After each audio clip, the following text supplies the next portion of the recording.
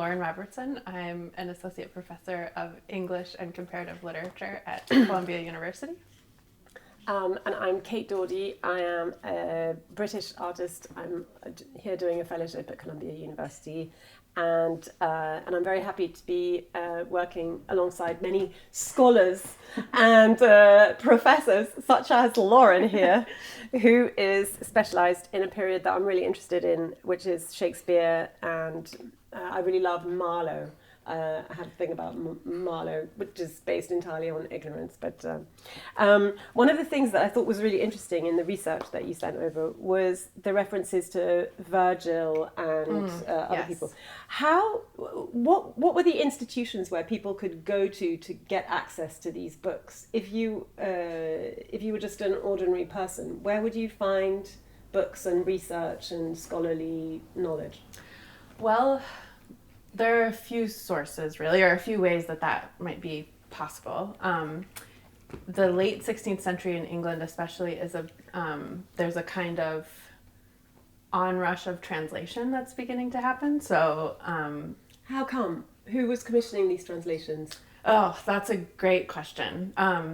There's a real sense, I think, in the late 16th century that the Renaissance has taken place on the European continent already. The Italians are doing this kind of work. The French have already done it. The English are last, and they haven't undertaken their own Renaissance in any real way yet. So there's a sense of, I think, anxiety, influence certainly from scholars who are coming from the continent over to England and encouraging this type of work that is the kind of jumpstart to English humanism, we could say. So lots of these translations then happen in the English schoolroom, that the work of translation, especially from classical Latin, is being undertaken by boys who are quite young, really. Latin is one of the first things that they learn as part of their schoolroom education. So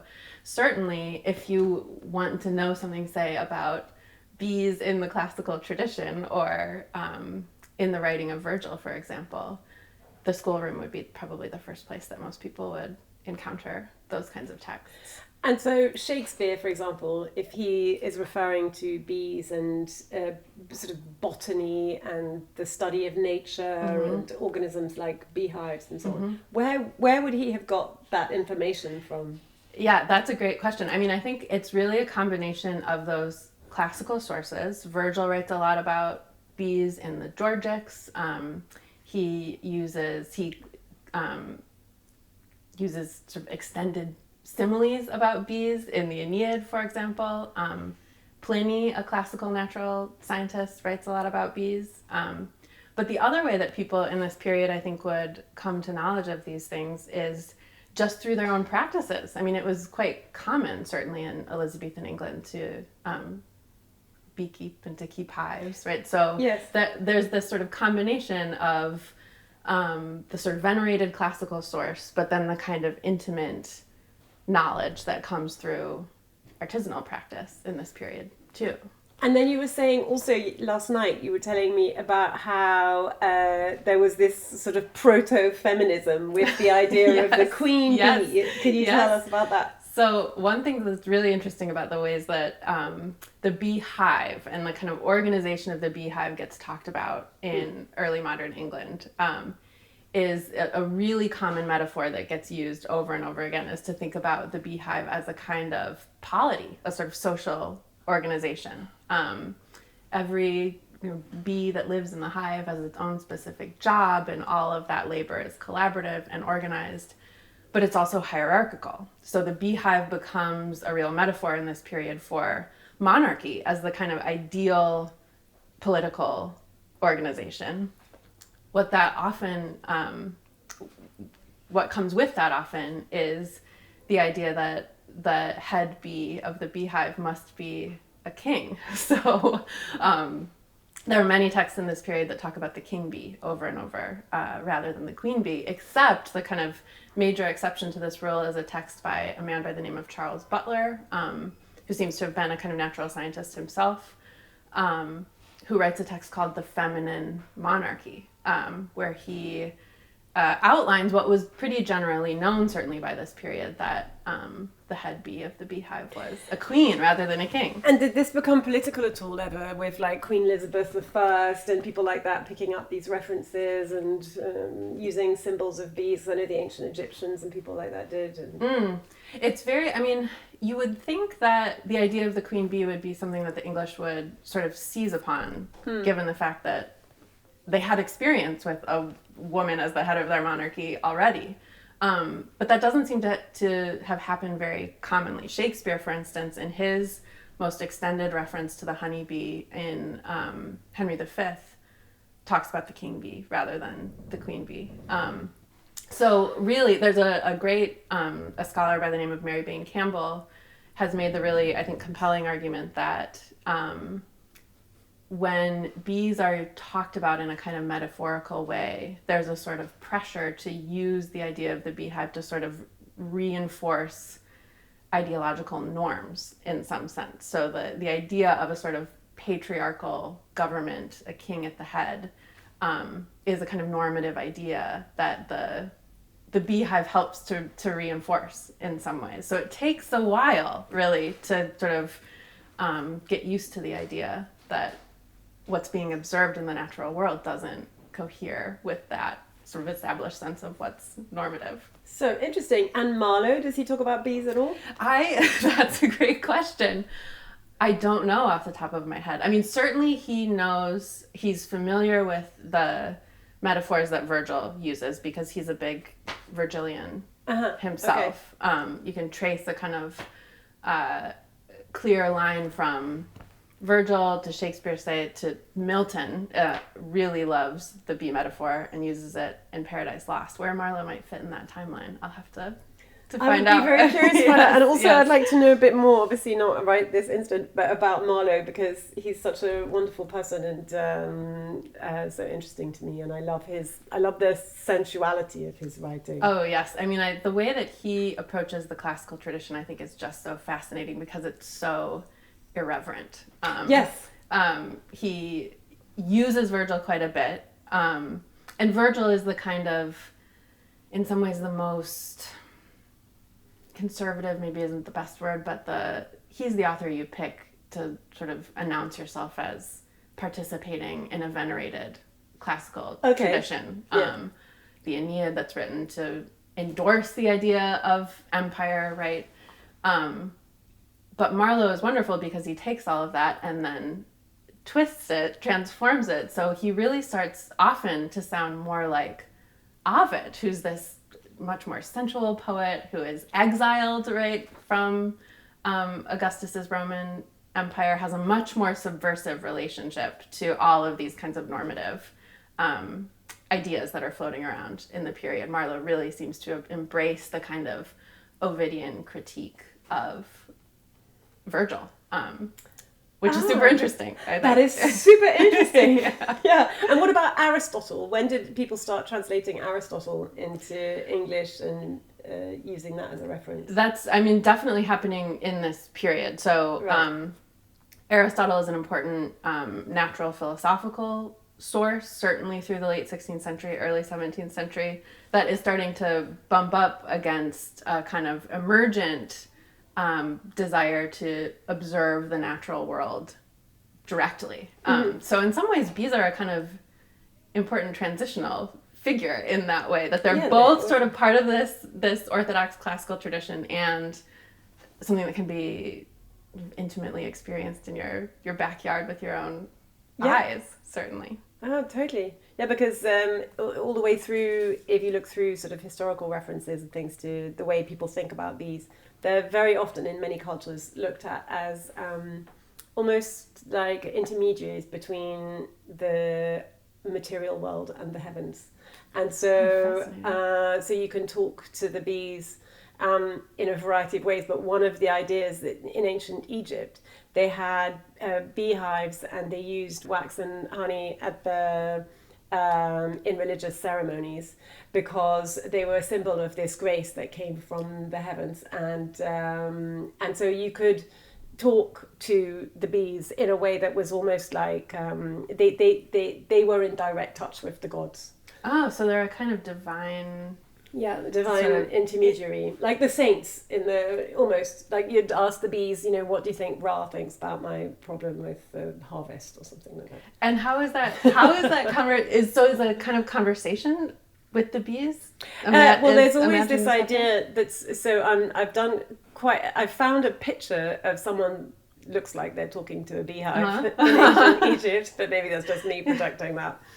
My idea for the bees, I'm looking at our relationship with nature and with one another through this kind of medium, started as a sort of material interest because I like eating honey, and I've always had a honey library at home with like huge, with 400 types of honey, from all over the world, and like Pooh Bear. And then a really important figure in this long very history. important figure in this conversation and in this history.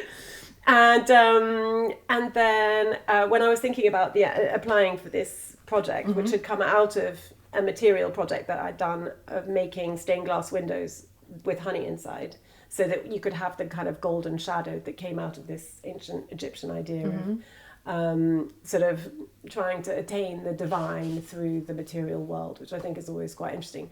Although I don't think that you need to try to attain it, because we're surrounded with the sublime and the divine, and that's the ancient Egyptians. I mean, then we kind of go slightly opposite, but the same as with the ancient Chinese. When you get to the end of the Book of the Dead and all the challenges of the afterlife, the ancient Egyptians didn't go to heaven in some other place. They were given access back to earth, which is heaven. And so the idea is always this idea in ancient Egypt, in ancient China, and the first teachings of the Bible, if you read them in Aramaic, Jesus is saying that he says, I can't really tell you what's going to happen in heaven, but if you open your eyes and look around, you'll find that heaven is here now, which is really interesting. And always that comes through part of that communication with the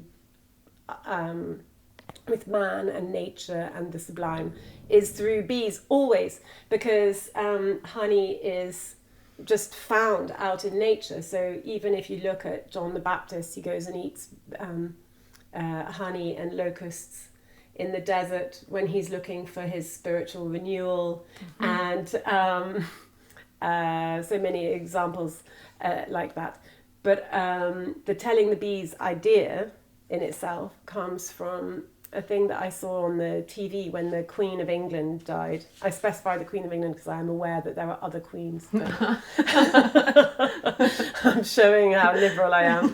Not so important. And there was an interview with the royal beekeeper, and he was being filmed telling the bees that the Queen had died.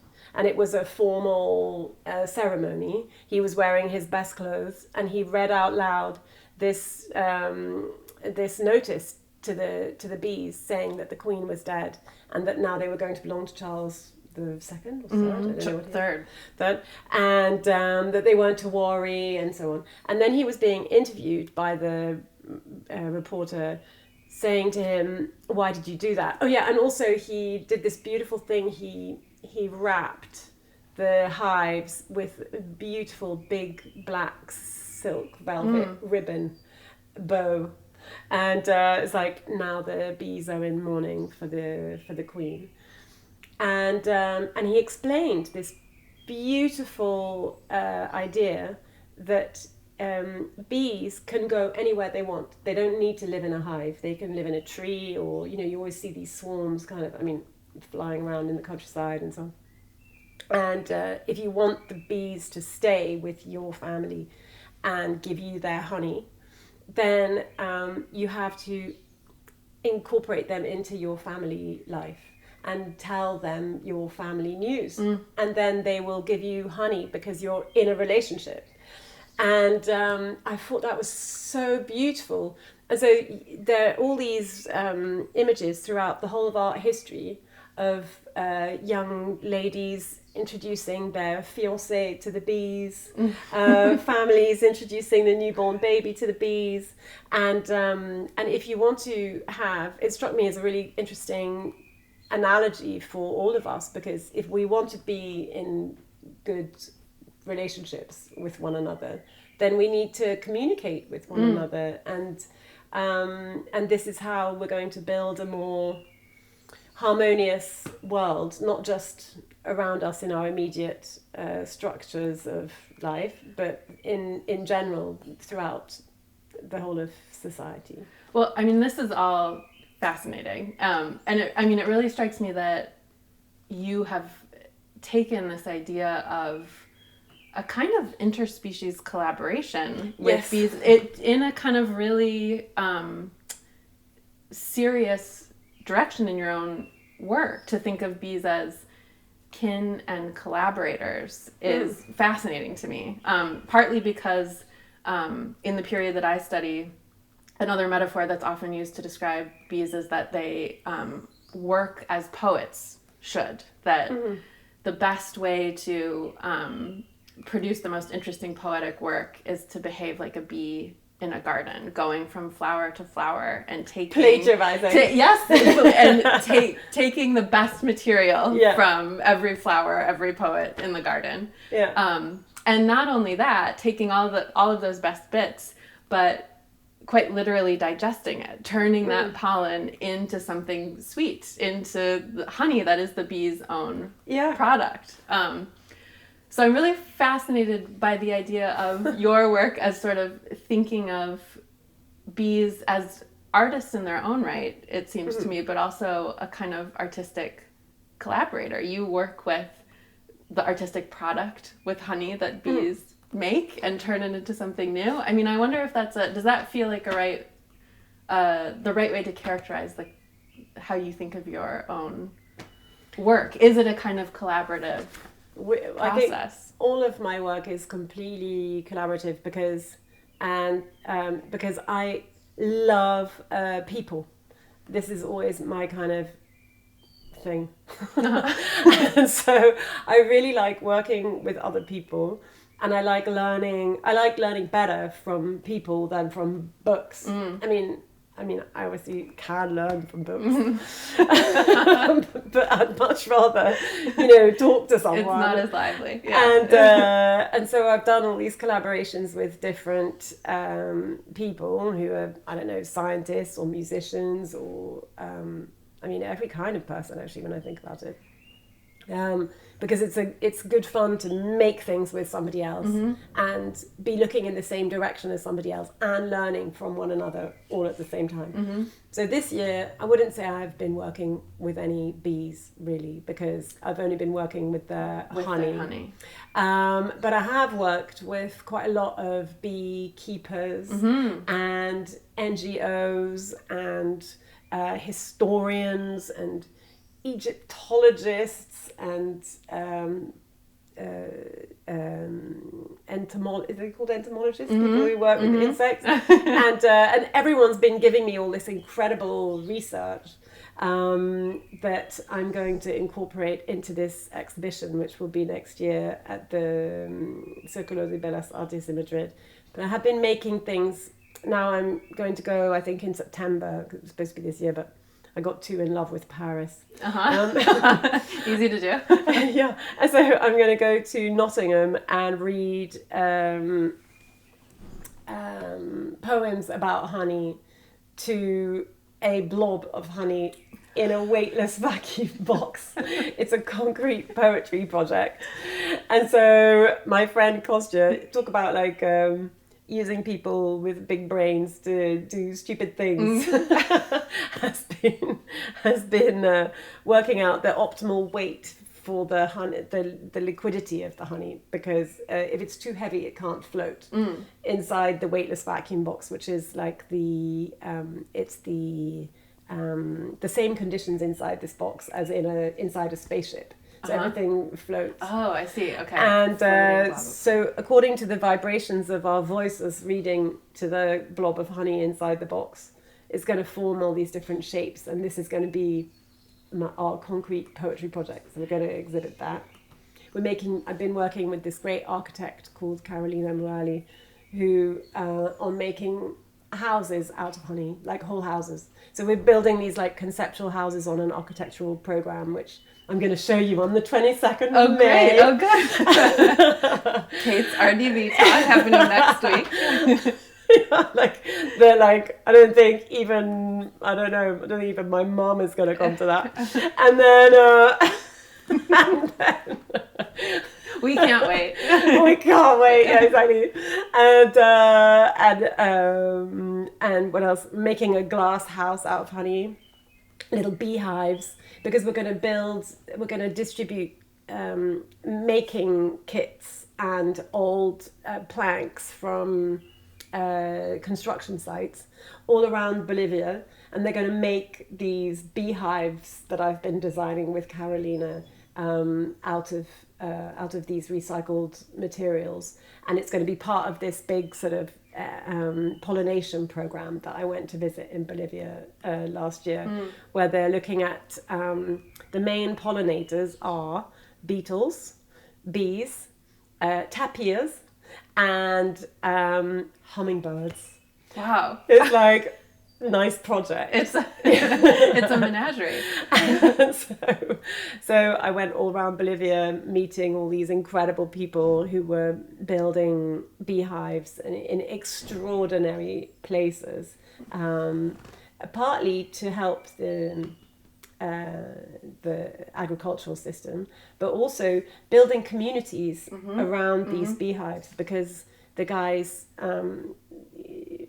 collect the honey and then they take it down to the market, and then people come back and the beekeepers become almost, I don't want to say they become like kind of priestly figures, but they are connected to another world, right? So you get straight back to this thing that we were talking about to begin with ancient Egypt, and these shamans who have an understanding of nature, have an intimacy with these creatures that nobody understands, and who are doing this sort of mystical almost process of alchemizing a landscape that you can see all around you where there's nothing, and turning it into a sweetness that is also good for your health. So there is something kind of divine and transformative about the beekeeper as a figure in a community. I mean, this is just so fascinating to me, because it really feels like in this long tradition of thinking about bees as kind of metaphors for the best way to socially organize a world, this is work that takes that idea literally and doesn't just think of bees as metaphors, but as integral figures in this wider social network that includes not only people but the natural world itself, that there's something divine in that kind of work. Yeah, but that's I think a lot of what my work, the core of all of my work, is inviting people to feel empowered, like personally, to make decisions and choices that they make consciously, so that they can engage with their own lives and their own families and their own worlds around them. Because I see that our life is what our thoughts make it. And I feel at the moment there's this, we're going through this period of feeling completely helpless when we listen to the news. And literally, I mean, even I am quite the optimist. Stopped listening to the news for quite a long while recently, just because you just think, well, what can I do? There's nothing I can do. But this project about telling the bees has become a project. It's changed this year, actually, a lot through living with you all here at Reed Hall, because it started out, I suppose, as a kind of theoretical research into societal change and systems change, and has ended up being a very intimate project about self-empowerment, about the choices that we can each make every minute of every day to engage with the world around us. And a project about, I suppose, my new way of seeing things, thanks to the bees, is this idea of like really small incremental change is how you make a difference. And I think the bees really illustrate that very well, because each bee has its own job. Yeah. And so, so it's funny because it kind of, I'd say that the entire direction of my project has changed, but it's still exactly the same project, but just seen, it's like it's been placed in a different angle on the table, Well, I mean, speaking of beehives, and maybe really to bring it home, Reed Hall feels to me like the best kind of beehive that there is. So, I mean, this has just been fascinating. Thank you so much. I mean, I can't wait to hear more next week. And our little offices that you've taken photographs of look like alveoles. They do, with the honey-coloured wood and everything. It's really a brilliant analogy. Yeah. Good. Thank you.